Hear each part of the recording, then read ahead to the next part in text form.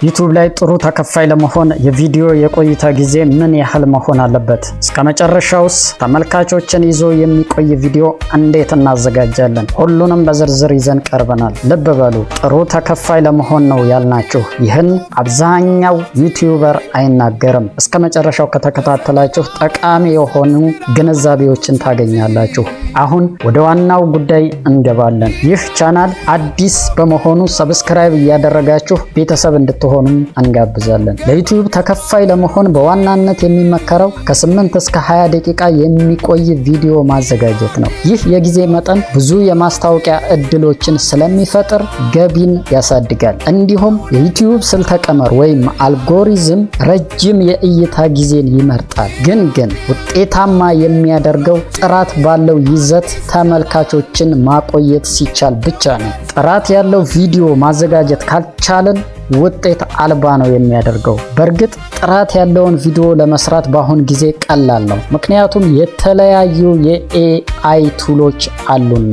በእነዚህ ኤአይ ቱሎች በመታገዝ ጥራት ያለው ቪዲዮዎችን አዘጋጅተን ለተመልካቾቻችን ማቅረብ፣ ተመልካቾቻችንም እስከ መጨረሻው መያዝ እንችላለን። ለገቢ ቁልፍ የሆኑ የቪዲዮ ርዝመቶች ከ8 ደቂቃ በላይ ረጅም ቅጽ ያለው ቪዲዮን መስራት በጣም አስፈላጊ ነው። ከዚህ ርዝመት በላይ የሆኑ ቪዲዮዎች በመሃል ላይ ማስታወቂያ ወይም ሚድ ሮል አድስ እንዲያስገቡ ያስችላሉ። እነዚህ ማስታወቂያዎች ከመጀመሪያው ማስታወቂያ በተለየ ከ2 እስከ 3 እጥፍ የሚጠጋ ገቢ ሊያስገኙ ስለሚችሉ የ8 ደቂቃ ገደብ መሻገር ለመጀመሪያ ጊዜ ፈታኝ ሊሆን ይችላል። ታዲያ ይህንን ለመቅረፍ እናንተ ልትሰሩበት ያሰባችሁትን ኒች ከሌላ ከተሰራ ተመሳሳይ ኒችን መመልከትና መማር በጣም አስፈላጊ ነው። በመጀመሪያ ውስጣችሁ ያለውን ተነሳሽነትና ፍላጎት ማዳመጥ፣ በመቀጠል ተመሳሳይ ስራዎችን እንዴት ሊሰሩ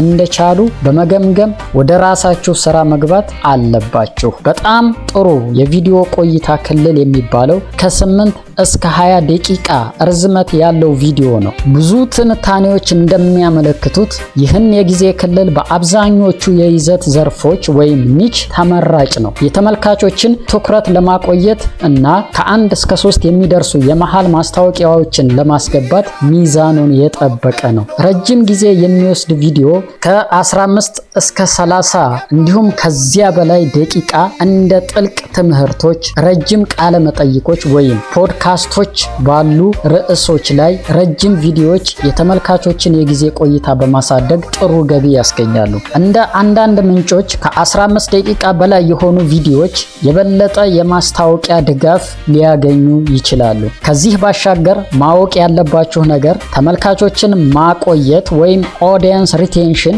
ቁልፍ ጉዳይ ነው። ረጅም ቪዲዮ ብታዘጋጁም ተመልካቹ በፍጥነት ወጥቶ ከሄደ ገቢ ማግኘት አይቻልም። ስልተ ቀመሩ ወይም አልጎሪዝሙ ተመልካቹ እስከ መጨረሻው የሚመለከተውን ቪዲዮ ይመርጣልና። ስለዚህ ረጅም ቪዲዮ ለማዘጋጀት ከመሞከራችሁ በፊት በአጭር ቪዲዮ ከመጀመሪያ እስከ መጨረሻ ተመልካቹን በማቆየት ጀምሩ። ሁለቱንም ቪዲዮዎች ማለትም ረጅሙንም አጭሩንም ሾርትስ ኤንድ ሎንግ ፎርም አጣምሩ።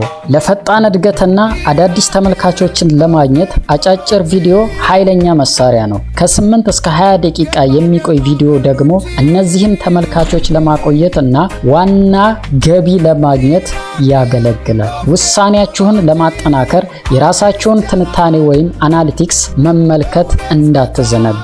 እያንዳንዱ ታዳሚ የተለየ ባህሪ ስላለው ለእናንተ የተሻለው ጊዜ ከሌላው ሰው ጋር ሊለያይ ይችላል። የዛሬውን ትምህርት እዚህ ላይ አበቃን። በሌላ ዝግጅት በኤአይ ሙዚቃ ሰርታችሁ እንዴት ገንዘብ ማግኘት እንደምትችሉ የሚረዳ ትምህርት ይዘን እንመለሳለን።